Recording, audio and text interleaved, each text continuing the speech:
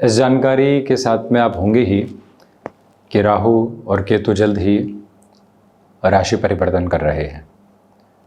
नवग्रही व्यवस्था में दो प्रमुख छायावादी ग्रह जब राशि परिवर्तन कर रहे हों तो वो चर्चा का केंद्र बिंदु का आधार होता है, परंतु उस परिवर्तन से पहले के जो 3 महीने हैं, सितंबर, अक्टूबर एवं नवंबर के आधार क्रम, उसे अति महत्वपूर्ण संयोजन के साथ वृषभ राशि के महानुभावों के लिए कहा जा सकता है। शुक्र प्रधान राशि के महानुभाव जिनके लिए शनिदेव की स्थितियां योग कारक हुआ करती हैं, और आपके लिए शनिदेव का आधार क्रम अभी एकादश भाव में चल रहा है। देवगुरु बृहस्पति पराक्रम भावस्थ क्रम के साथ में गतिमान है, उच्चस्थ हैं। बृहस्पति की दृष्टि शनिदेव पर बनी हुई है। राहु केतु दशम और चतुर्थ भाव के साथ में चल रहे हैं।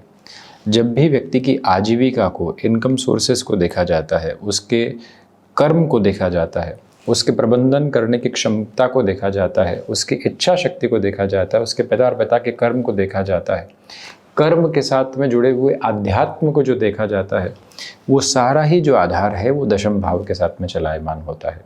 इसको उत्तरोत्तर बलि केंद्र भी कहा गया है।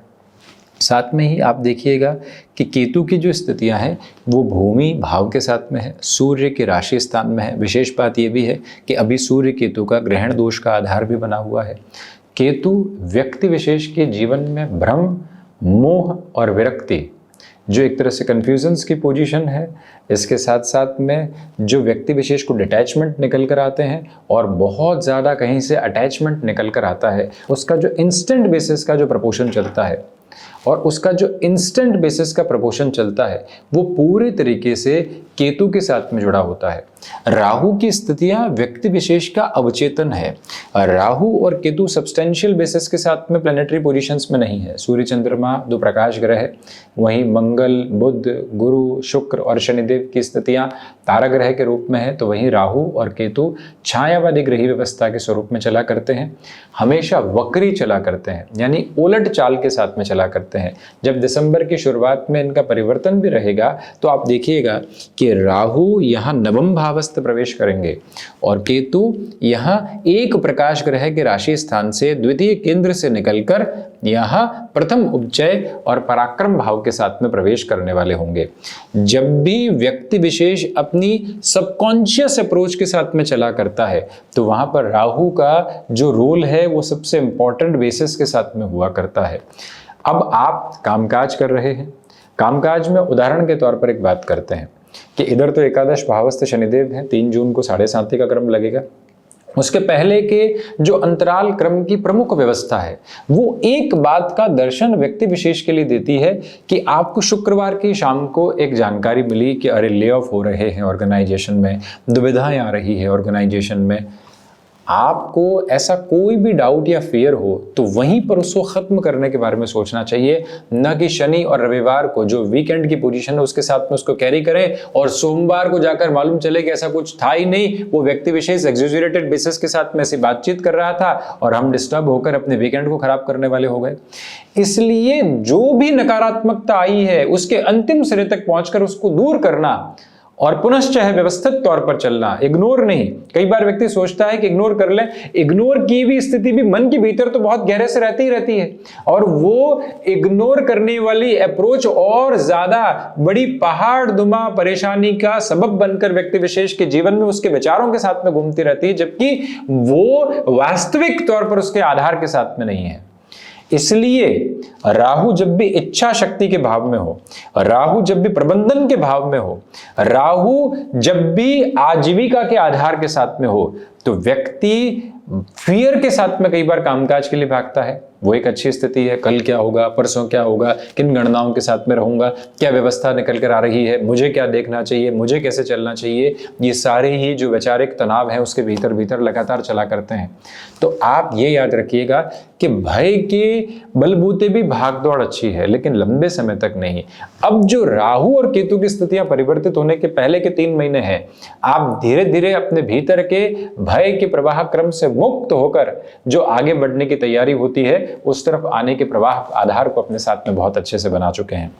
ये याद रखिएगा कि 10th हाउस के साथ में राहु है, इसलिए आप भयाक्रांत होकर किसी भी चेंज की तरफ जाने से बचें। किसी व्यक्ति विशेष ने कहा कि अब इस ऑर्गेनाइजेशन में, अब इस प्रोफाइल में, अब इस कंपनी में बहुत ज़्यादा वो अवस्था नहीं है जिसको मजबूत कहा जाए, अब तो चेंज की तरफ जाना चाहिए। जबकि आप अपनी पोजीशन के साथ में कंसोलिडेट कर रहे हैं, आपका पूरा पूरा आदर मान है। किसी व्यक्ति विशेष की बात को सुना और हमने उसको डिकोड कर दिया अपने हिसाब से और जॉब चेंज की तरफ जाने लग गए, ढूंढने लग गए, जबकि वहां पूरी पूरी स्टेबिलिटी के साथ में थे। भय के भूते ऐसी गलतियों से आप बचिएगा। आपके साथ में स्थान परिवर्तन में बहुत बड़ा ल्यूक्रेटिव ऑफर आ रहा है, जबकि जहां पर हैं परिवार के साथ एक समृद्ध सिरे में है, जीवन के जिस वास्तविक आनंद को अपने साथ में देखना चाहते हैं उस तरफ हैं। यहाँ मित्रों की मंडली भी बहुत अच्छे से है, यहाँ हमको मान तवज्जो भी बहुत अच्छे से मिल रही है, परंतु हम सोचते हैं कि नहीं अभी तो करियर के साथ में और ज्यादा प्रोग्रेस का समय है, और वहां जाकर मालूम चलता है कि नहीं ऐसी स्थितियां थी ही नहीं। तो उस एक सिरे के साथ में खुद को क्रिस्टल क्लियर बेसिस में आगे बढ़ाने की आप कोशिश कीजिएगा कि इन 3 महीनों में गफलत भरे निर्णय से बचना है। हम जहां हैं वहां के स्थायित्व को देखते हुए, वहां के प्रबंधन को देखते हुए, अपने भीतर के आधार क्रम को देखते हुए हम आगे बढ़ने का प्रयत्न करते हैं, तो उसे ज़्यादा व्यवस्थित कहा जाएगा, उसे ज़्यादा शानदार अवस्थाओं के साथ में कहा जाएगा। एक प्रमुख निवेदन आपसे यह भी है कि जो राहु की 10th हाउस की पोजीशंस को आप शनिदेव की मूल त्रिकोण में देख रहे हैं, और जो शनिदेव और राहु दोबारा का संबंध बनाकर चल रहे हैं, अभी सूर्यदेव की स्थितियां स्वराशि स्थान में है, केतु साथ में है, आपके सामने कोई भी पुरानी ज़मीन है उससे संबंधित निर्णय सामने आ रहा है कि उसकी जो रेट है बहुत शानदार तरीके से मिल रही, परंतु आप उस ज़मीन से मोह ग्रसित हैं। आपको लग रहा है कि और ज़्यादा रेट बढ़ सकती है, जबकि हल्के फुल्के तौर पर रुपए पैसे की ज़रूरत भी है, निवेश की तरफ भी जाना चाहते हैं, निवेश में प्रवेश करके अपनी जीवन यात्रा को और अधिक सार्थकता देना चाहते हैं। आपसे विनम्र निवेदन करेंगे कि कई बार मोह को छोड़कर, डिटैचमेंट रखकर बड़े और व्यवस्थित निर्णय की तरफ जाने का कार्य करना चाहिए, जिससे जीवन यात्रा सुचारू हो पाती है। इमोशनल इंटेलिजेंस और इमोशनल पोजीशन, इन दोनों के ही साथ में थोड़ा सा अंतर विभेदित होता है, उसको क्लियर करते हुए चलिएगा। और इसके अलावा ये याद रखिएगा कि पिता के साथ में जो लंबे सिरे से वैचारिक गतिरोध थे वो हटने की तैयारी करते हैं। आप अपने जीवन की स्थिरवादिता के साथ में आकर जिस तरह के प्रपोशंस के साथ में अपनी जर्नी को एवॉल्व करने की तरफ हैं, वहाँ से आप और ज़्यादा तीव्रता के साथ में खुद को आगे बढ़ाने वाले हो सकते हैं। ये याद रखिएगा कि राहु की स्थितियाँ जब दशम भावस्थ क्रम के साथ में हो तो धन भाव को देखा करती है, अब बुध के भाव को देखा करती है। लोगों की सबसे सीधी और सबसे सरल चर्चा ये निकल कर आती है कि अरे साहब राहु तो धन भाव को देख रहे हैं, अब राहु की दृष्टि के साथ में पापी ग्रह की और छायावादी ग्रह की व्यवस्था मौजूद है, ये तो भाव स्वतंत्र है। नहीं, ये एक तरह से उपचय है, न त्रिक है, न त्रिकोण है, न केंद्र है। तो अब ऐसे में क्या किया जाए? बुध के राशि स्थान को जब भी राहु देख रहे हो तो राहु दोषम हन्यातो बुधम की स्थितियां निकल कर आया करती है। तो ऐसी अवस्थाओं के साथ में आपके लिए जो धनागमन है, उल्टा जो अटका हुआ रुपया और पैसा है, उसकी प्राप्ति के पूरे पूरे संकेतक आपके समक्ष आते चले जाते हैं। वो जीवन यात्रा में और अधिक बेहतरी लेकर आते हैं।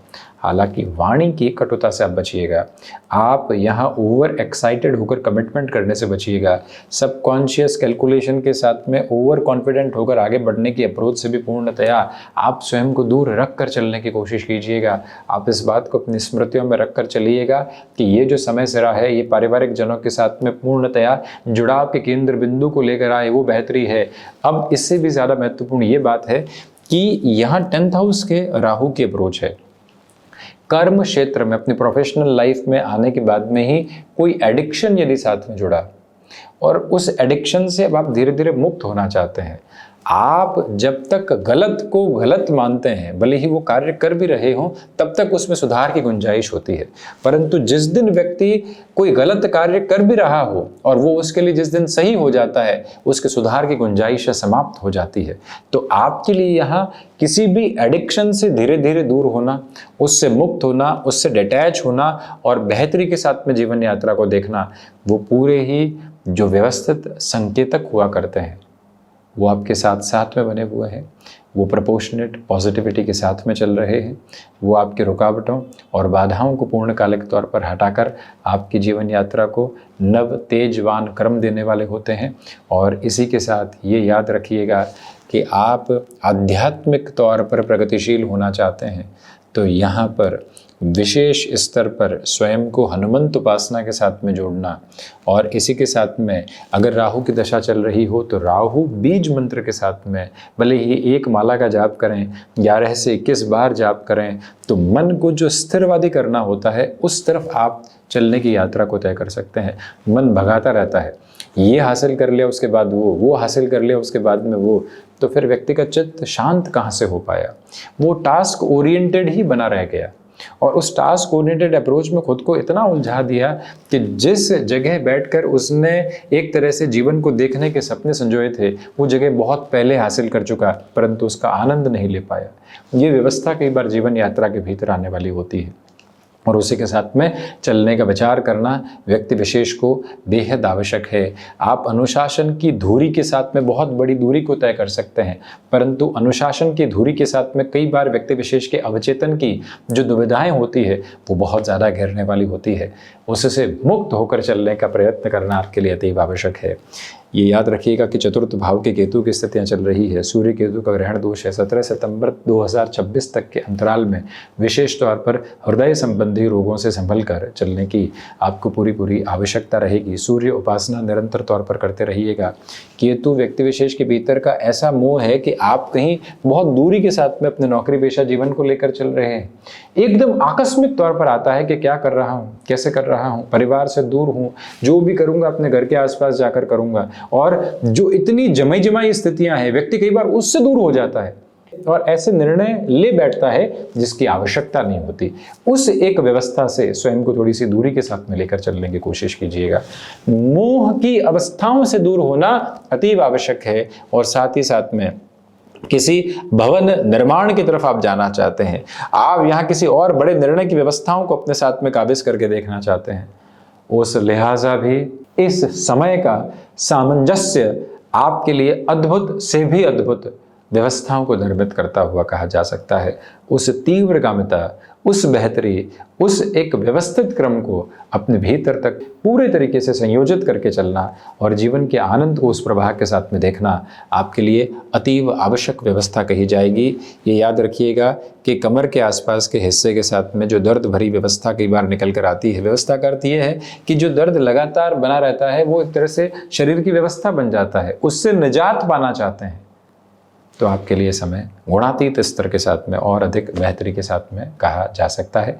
उसे भी अपने पूरे आनंदित करने वाले भावों के साथ में सुधार की प्रक्रियाओं में लेकर चलने का प्रयत्न कीजिएगा। वृषभ राशि के महानुभावों के लिए पराक्रम भावस्थ देवगुरु बृहस्पति और राहु 6-8 का संबंध बना रहे हैं। कुछ समय के लिए बृहस्पति केतु का ध्वज योग भी यहाँ पर बना रहने वाला होगा।